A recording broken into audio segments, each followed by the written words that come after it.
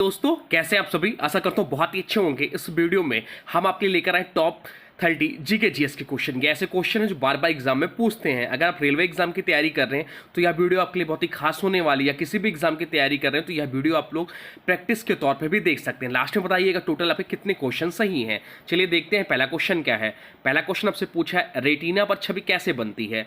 Retina पर छवि कैसे बनती है, सीधी बनती है, उल्टी और वास्तविक बनती है, आभासी बनती है, स्पष्ट नहीं होता है।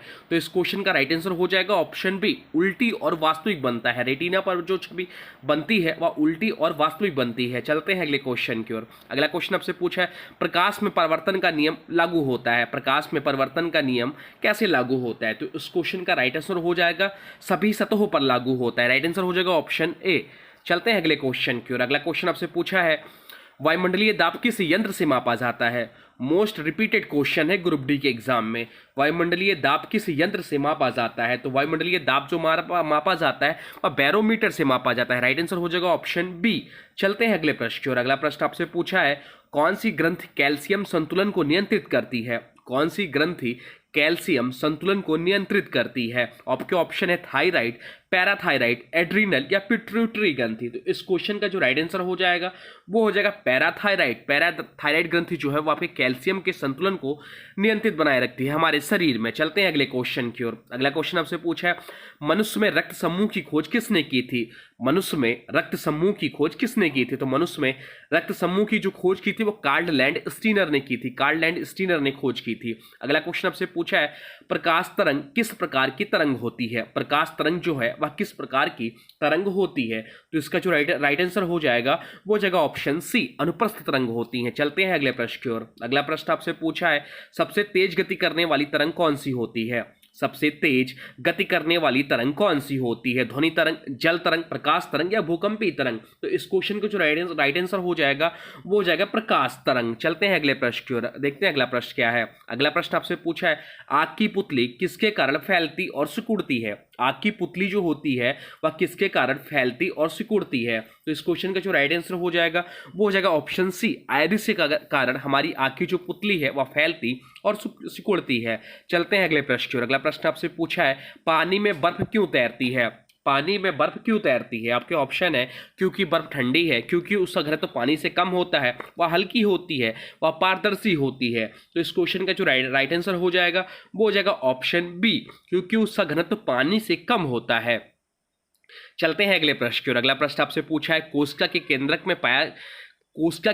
में क्या पाया जाता है। साइटोप्लाज्म, न्यूक्लियोस, राइबोसोम या माइटोकॉन्ड्रिया। तो इस क्वेश्चन का जो राइट आंसर हो जाएगा वो हो जाएगा ऑप्शन बी, न्यूक्लियस पाया जाता है। चलते हैं अगले क्वेश्चन की ओर। अगला क्वेश्चन आपसे पूछा है, मानव शरीर में लाल रक्त कोश का है जिसे आरबीसी बोलते हैं का जीवन काल लगभग कितना होता है। तो हमारे शरीर में लाल रक्त कोशिकाओं का जो जीवन काल होता है वह 120 दिन होता है। तो राइट आंसर हो जाएगा ऑप्शन सी। चलते हैं अगले क्वेश्चन की ओर। अगला क्वेश्चन आपसे पूछा है, सिंधु घाटी सभ्यता किस युग की सभ्यता मानी जाती है। सिंधु घाटी सभ्यता जो है वह किस युग की सभ्यता मानी जाती है। नवपाषाण युग की, कांस्य युग की, लौह युग की या पाषाण युग की। तो इसका जो राइट आंसर हो जाएगा वो हो जाएगा ऑप्शन बी, कांस्य युग की सभ्यता सिंधु घाटी सभ्यता मानी जाती है। तो राइट आंसर हो जाएगा ऑप्शन बी। चलते हैं अगले प्रश्न की ओर। अगला प्रश्न आपसे पूछा है, कौन सा ग्रह अपने अक्ष पर सबसे धीमी गति से घूमता है। कौन सा ग्रह जो है वह अपनी अक्ष पर सबसे धीमी गति से घूमता है। तो इस क्वेश्चन का राइट आंसर हो जाएगा ऑप्शन बी, शुक्र। शुक्र ग्रह जो है अपनी अक्ष पर सबसे धीमी गति से घूमता है। शुक्र से और इंपॉर्टेंट पूछता है, सबसे चमकीला ग्रह जो होता है वह शुक्र ग्रह होता है। इवनिंग स्टार और मॉर्निंग स्टार ग्रह किस ग्रह को बोलते हैं। तो शुक्र ग्रह को ही बोलते हैं। चलते हैं अगले प्रश्न की ओर। अगला प्रश्न आपसे पूछा है, भारत का सबसे पुराना उच्च न्यायालय कौन सा है।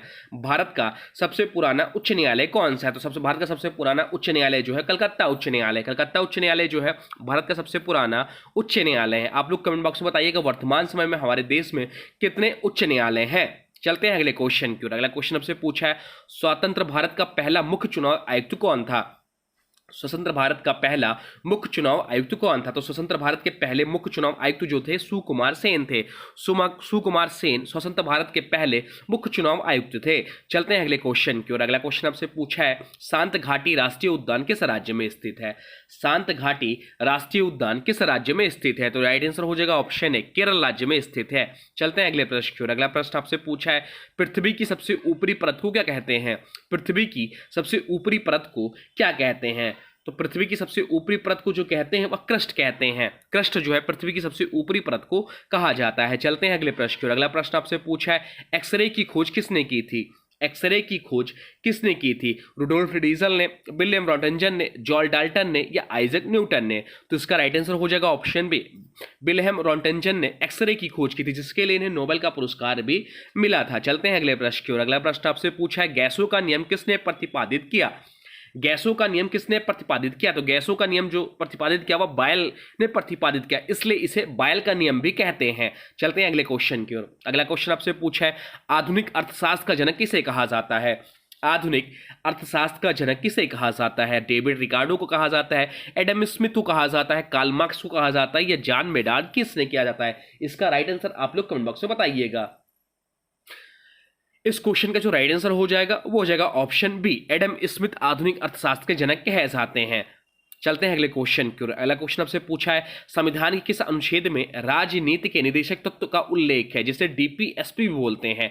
तो इसका जो राइट आंसर हो जाएगा वो हो जाएगा अनुच्छेद 36 से 51। ऑप्शन ए इस क्वेश्चन का राइट आंसर है। राष्ट्र के नीति निदेशक तत्व का जो लिया गया है किस संविधान से? तो आयरलैंड के संविधान से लिया गया है, यह भी ध्यान रखिएगा। चलते हैं अगले क्वेश्चन की ओर। अगला क्वेश्चन आपसे पूछा है, गुप्त काल में किस प्रकार का कर उद्यानों पर लिया जाता था? गुप्त काल में किस प्रकार का कर उद्यानों में लिया जाता था? तो इस क्वेश्चन का राइट आंसर हो जाएगा ऑप्शन बी, उपवन कर लिया जाता था उद्यानों के लिए। चलते हैं अगले क्वेश्चन की ओर। अगला प्रश्न आपसे पूछा है, 1974 में स्थापित प्रोजेक्ट टाइगर के प्रथम निदेशक कौन थे? प्रोजेक्ट टाइगर की जो शुरुआत हुई 1973 में हुई। आपसे पूछा है 1974 में स्थापित प्रोजेक्ट टाइगर के प्रथम निदेशक कौन थे? तो इस क्वेश्चन का जो राइट आंसर हो जाएगा वो हो जाएगा ऑप्शन सी, के यू सिंह प्रोजेक्ट टाइगर के प्रथम निदेशक थे। इंपॉर्टेंट क्वेश्चन मार्क कर लीजिएगा। चलते हैं अगले क्वेश्चन की ओर। अगला क्वेश्चन आपसे पूछा है, किसके अनुसार संविधान एक जीवित दस्तावेज है? किसके अनुसार संविधान एक जीवित दस्तावेज है? तो इस क्वेश्चन का राइट आंसर हो जाएगा डॉक्टर भीमराव अंबेडकर के अनुसार। चलते हैं अगले क्वेश्चन की ओर। अगला प्रश्न आपसे पूछा है, नाभिकीय रिएक्टरों में नियंत्रक कंट्रोल रॉड्स किस धातु से बने होते हैं? तो नाभिकीय रिएक्टरों में नियंत्रक जो बने होते हैं वह कैडमियम के धातु से बने होते हैं। राइट आंसर हो जाएगा ऑप्शन बी। चलते हैं अगले प्रश्न की ओर। अगला प्रश्न आपसे पूछा है, किस राज्य को भारत का ऊर्जा राज्य कहा जाता है?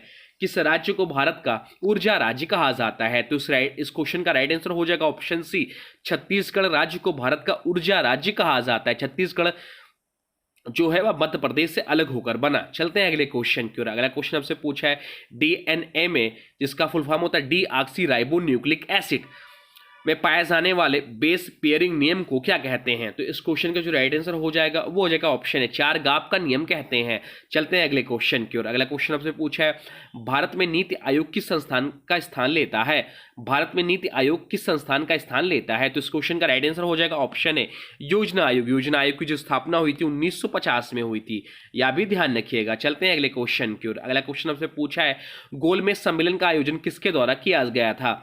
गोलमेज सम्मेलन का आयोजन किसके द्वारा किया गया था? नेहरू समिति के द्वारा, साइमन कमीशन के द्वारा, ब्रिटिश सरकार के द्वारा या कांग्रेस कार्य समिति के द्वारा? तो गोलमेज सम्मेलन का जो आयोजन किया गया था वो ब्रिटिश सरकार के द्वारा किया गया था। कब कब हुआ? तो 3 गोलमेज सम्मेलन। तो पहला जो हुआ था 1930 में हुआ था, दूसरा जो हुआ था 1931 में हुआ था और तीसरा जो हुआ था 1932 में हुआ था। ये तीनों गोलमेज सम्मेलन। तीनों गोलमेज सम्मेलन में डॉक्टर भीमराव अंबेडकर ने भाग लिया, दूसरे गोलमेज सम्मेलन में महात्मा गांधी ने भाग लिया था। चलते हैं अगले क्वेश्चन की ओर। अगला क्वेश्चन आपसे पूछा है, सबसे कम घनत्व वाली गैस कौन सी है? सबसे कम घनत्व वाली गैस कौन सी है? तो सबसे कम घनत्व वाली गैस जो है वो हाइड्रोजन गैस है। हाइड्रोजन गैस जो है सबसे कम घनत्व वाली गैस है। तो इस क्वेश्चन का राइट आंसर हो जाएगा ऑप्शन ए, हाइड्रोजन। तो ये रहे टॉप 30 जीके जीएस के क्वेश्चन। अब आज की वीडियो से क्वेश्चन है, इसका राइट आंसर आप लोग को कमेंट बॉक्स में बताना है। आज की वीडियो से क्वेश्चन है, स्वतंत्र भारत का पहला मुख्य चुनाव आयुक्त कौन था? स्वतंत्र भारत का पहला मुख्य चुनाव आयुक्त कौन था? इसका जो भी राइट आंसर होगा कमेंट बॉक्स में जरूर बताइएगा। वीडियो कैसा लगा इसके बारे में भी जरूर बताइएगा। हाँ, कोई सुझाव हो तो वह भी कमेंट बॉक्स में लिख दीजिएगा। और हाँ देखिए, अभी तक आपने वीडियो को लाइक नहीं किया तो प्लीज़ वीडियो को लाइक कर दीजिए, चैनल पे नए चैनल को सब्सक्राइब भी कर लीजिए। तो चलिए मिलते हैं एक नए वीडियो में, तब तक के लिए thanks for watching railway exam target. For more update please subscribe railway exam target channel को।